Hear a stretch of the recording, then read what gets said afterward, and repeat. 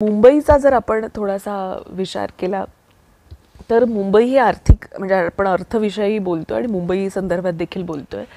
तर मुंबई ही आर्थिक राजधानी बनण्याच्या आधी तो मान सुरतकडे गेला होता. तसंच कोलकाता असो किंवा म्हणजे कोलकाता ही कायम इंग्रजांच्या जरा जवळची होती. इंग्रजांसाठी ती म्हणून राजधानी ते मानायचे. मुंबईचं महत्त्व हे वाढत कसं गेलं? कारण आपण अनेक पुस्तकं लिहिलेली आहेत, आपलं अनेक वाचन आहे आणि खास करून अर्थविषयक आहे. तर मुंबईचं महत्त्व या काळामध्ये वाढत कसं गेलं होतं आणि यापुढे ते असंच अबाधित राहील यासाठी म्हणून काय काळजी घेतली पाहिजे असं तुम्हाला वाटतं? आता तुम्हाला तुमचा विश्वास बसणार नाही मी सांगणार आहे त्याच्यावर. पण मुंबईचं महत्त्व शिवाजी महाराजांमुळे वाढत गेलं. बरं. कारण औरंगजेबाचा जो फायनान्सर होता त्याचं वोरा का असं काहीतरी नाव आहे, तो सुरतला होता आणि महाराज जाऊन त्याच्याकडून पैसे वसूल करायचे. हे मारायचं वगैरे नाही, पैसे वसूल करायचे. तेव्हा तिथे जिराल्ड लॉन्जियर नावाचा जो ब्रिटिश एजंट होता तो त्यांना सामोरा गेला. कारण औरंगजेबाचा जो माणूस होता दिल्लीचा तो मुस्लिम होता, तो पळून गेला.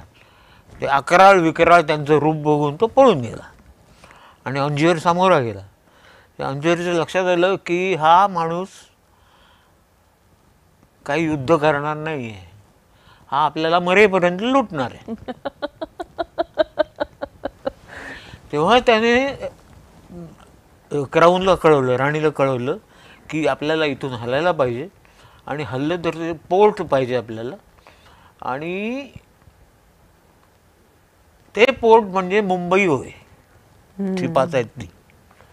तेव्हा तेही 5 बेटे होती ब्रिटिशांकडे, पोर्तुगीजांकडे. आणि त्यांची कॅथरीन नावाची एक राजकन्या होती, ती फार कुरूप होती. तर तिला खपवायची कशी या विचारात ते होते विनोद चोडा. तर जेम्स, मला वाटतं हा किंग जेम्सचं आणि तिचं लग्न करून त्यांनी आंदण म्हणून मुंबई घेतली. अच्छा. आंदण म्हणून घेतल्यावर अंजियरला सांगितलं तू जा तिकडे, झालं आपलं. अंजियरचा कार्यकाळ फक्त 3 वर्षाचा. त्यात इन्सिडेंटली महाराजांच्या राज्याभिषेकाला सुद्धा तो गेला होता. तर अंजियरने पहिली इथे स्थापना केली ती पोलिसांची. त्या पोलिसांचं नाव भंडारी मलेशिया. आणि भंडारी झाले तिचे लोक इथे हे पॉवर ठेवून होते आणि कुकिंग, ब्रुईंग वगैरे अशा गोष्टींमध्ये त्यांची ताकद होती. आणि मग त्यांनी भाटियांना बोलवलं, या इथे आता पोलीस फोर्स आहे, तेव्हा तुम्हाला रक्षण आहे. न्याय मंदिर नायगाव, न्याय त्याची ज्युडिशियरीची कोर्टाची स्थापना केली. न्याय पाहिजे ना शेवटी. आणि डॉकची स्थापना केली, लायन गेट का लायन गेट जे नाही, लायन गेट नाही, पुढे आता जे इंडियन आर्मीचं हेडक्वार्टर्स आहे ते. बरीच लायन गेट पण आहे तिथे आणि अनेक. तर नेव्हीची स्थापना केली. याचं सगळ्याचं कारण शिवाजी महाराज.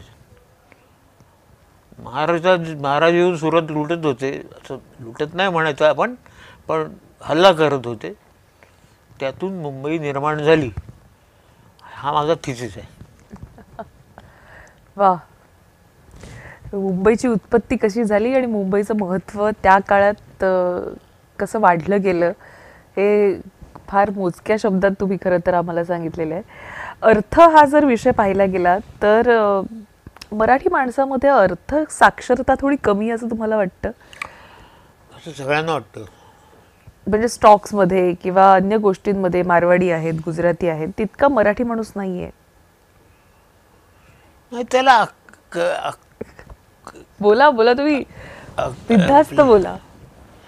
मनोहर जोशी मुख्यमंत्री होते ना, तर ते एकदा जाऊन आले अमेरिकेला. अच्छा. आणि नंतर मग आमची भेट झाली होती. ते म्हणलं हो सागर, तिथे सगळे लोक फक्त इन्फ्लेशन डिफ्लेशन यात बोलतात, आपल्याकडे कोणी बोलतच नाही. म्हटलं तोच तर प्रॉब्लेम आहे. आपल्याकडे संत साहित्यामुळे किंवा संत भक्ती मार्ग जो आहे ना, त्यांनी आपल्याला ही व्हॅल्यू दिली.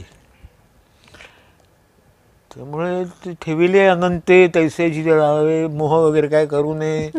असं ते आजच्या दिवसात चालत नाही इतकं. हो. ते चूक आहे असं मी म्हणत नाही नाही, नाही नक्कीच पण नक्कीच, ते आता चालत नाही. आपल्यासारखं त्या बंगालमध्येही ते त्यांचे होऊन गेले ना चैतन्य, हम्म. त्यांनी बंगालमध्येही तेच केलं, भक्तिमार्ग. तेव्हा भक्तिमार्ग हा प्रॅक्टिकल मार्ग नाही आहे. पंजाबी भक्तिमार्गात जात नाहीत, त्यांचं नामसंकीर्तन चालू असतं एवढंच. बरोबर.